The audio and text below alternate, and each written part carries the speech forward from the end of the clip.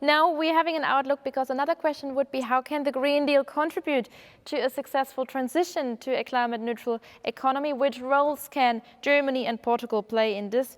With me now in the studio is the Director General for European Affairs at the German Federal Foreign Office, Andreas Peschke. Welcome. Thank you very much. Happy to be here. Well, then I just take the floor without further ado and say a couple of words. Ladies and gentlemen, also greetings to Lisbon, to my colleague Rui Vinhas, who is on the other side of the line as we share this final panel together.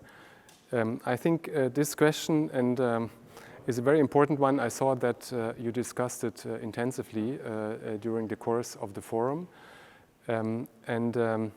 One thing maybe beyond the topic which I would like to mention is that the thematic focus which we devised as a new revival of our German-Portuguese forum has proved to be very effective, very good. I think this discussion we have had today, you have had today, I think was very interesting and brought a lot of insights into a very crucial work now that the German presidency is still in full swing, but will hand over to the Portuguese presidency very soon, and then our Portuguese friends will take up where we had to leave the affairs. On the European Green Deal, I think this is our master plan, in order to implement it, we still have to overcome quite a number of interesting, important, but also difficult discussions. You have seen and you have mentioned it that we had the EU strategies for energy system integration and hydrogen in July. And if I understood you correctly, particularly the aspect of hydrogen is of great interest to all the experts assembled in this round. I think to reach our target, to make this Green Deal, as one of the participants said just now, as his wish for our two presidencies, make the Green Deal reality. I think in order to reach this goal, we need action by all sectors, which is investing in green and environmental friendly technologies, supporting industry to innovate, rolling out cleaner, cheaper and healthier forms of transport, both public and private. Decarbonizing the energy sector is relevant to a number of countries, also to Germany, where in the eastern part, where we stand now in Berlin, I think the carbonized energy production still plays an important role. Ensuring buildings to be more energy efficient and work with international partners. Of course, we have already discussed a couple of instruments to help our European member states with the green transition. This is the Just Transition Fund. We would like to use it to mobilize at least 100 billion euro over the period, next financial period, starting 2021 till 2027, to support the most affected regions. The topic we have discussed, I think, is a central topic to the program of our trio presidency. So it's now the German presidency, but then it will be the Portuguese presidency, but we are all three together, German, Portuguese and Slovenian presidency in the trio. And I think Rui and myself and our Slovenian colleague, we worked a lot on our trio program. And of course, the entire issue of climate neutrality, strengthening the economic base, but also creating to build a climate neutral, green, fair and social Europe is a central theme and thought of our trio program. In the program, I mean, we have advocated for the robust recovery of the European economy, also including the social dimension, implementing the energy union, and being committed in our work to the objective of achieving a climate neutral EU by 2050. which preserves EU competitiveness. And I think, as we are now the first part of the trio working, you certainly will have followed that at the European Council in October, we had a discussion among leaders, first discussion among leaders, then we had the Environment Ministers' Council end of October. On the European climate law, we reached something which sounds very technical, a partial, a general orientation, but which is actually very important because it conserves already many points on which we agree in the European climate law. But the main point, which is the more ambitious European climate goal by 2030, this one still has to be finalized. We have all heard the Commission's proposal to update our climate goal to a 55% reduction of the reduction goals of the figures of 1990. The European Parliament even went further, and in the Council we currently work on the Commission's upon the basis of the Commission's proposal, and I think we are heavily preparing for the European Council in December and the European Environment Ministers' Council also in December, where we would like to finalize our climate goals. I think this is not easy for none of us, for none of our countries. Maybe for some it's a bit easier because they don't have such a carbonized energy production. For some the transition will be a bigger challenge. So it's not going to be an easy discussion, but I think as a presidency and also as a trio presidency, we have a feeling that we have this discussion and we lead on this discussion also with a kind, not only a EU responsibility, but with a global responsibility. Because as things are, if the EU does not lead on climate, then probably nobody else will lead. Maybe we're going to have a change for the better with our friends transatlantic in the US after the election. If we look at what the president-elect has said on climate change, of course, 2 days after the election, the US has left formally the Paris Agreement. Maybe we see some change of this policy, but I think there can be no doubt. The EU has to march forward and has to be in the forefront of our joint human battle against climate change. So that's the basis upon which we discuss our updated climate goals. We are really committed to finalize them by the end of the year. And then I think that's then where we hand it over. I think that's what we can achieve still under our presidency. And then I think it will be the turn for our Portuguese friends to take over and to take our agenda forward. Of course, we will be there to support you in any way we can, as you support us now in any way you can. I think maybe just mentioning that, and it was mentioned in the forum as well, that we have our joint EU agenda, but we also have bilateral highlights. The book fair next year, the Hannover Messe 2022. So I think we are very much looking forward also to these events and really enjoy our cooperation which we have today, and looking forward to more cooperation in the European field, but also in the bilateral field. Thank you very much. Thank you, Andreas Peschke, Director General for European Affairs at the German Federal Foreign Office. And now we're handing over and switching to the Portuguese colleague, Director General for European Affairs at the Portuguese Ministry of Foreign Affairs. With us is Rui Vinhas. Mr. Vinhas. Good morning. Good morning. Are you listening? Are you listening me well? Yes, wonderful. Crispy and clear. So the stage is yours. Good morning. Good morning to you all from sunny Lisbon. Thank you, Andreas, for the nice words. And if you have achieved that by December, you have achieved a lot, and we will thank you, especially us as Portuguese presidency that will follow yours. Well, first of all, just I would like to thank you very much, particularly to the German Foreign Office, for its commitment to the organization of this year's forum. despite the challenging circumstances of a pandemic and the demanding calendar of the German presidency of the EU Council. My gratitude also extends to our partners, Adelphi and Tech, for their tireless efforts to build a successful event under these very uncertain circumstances.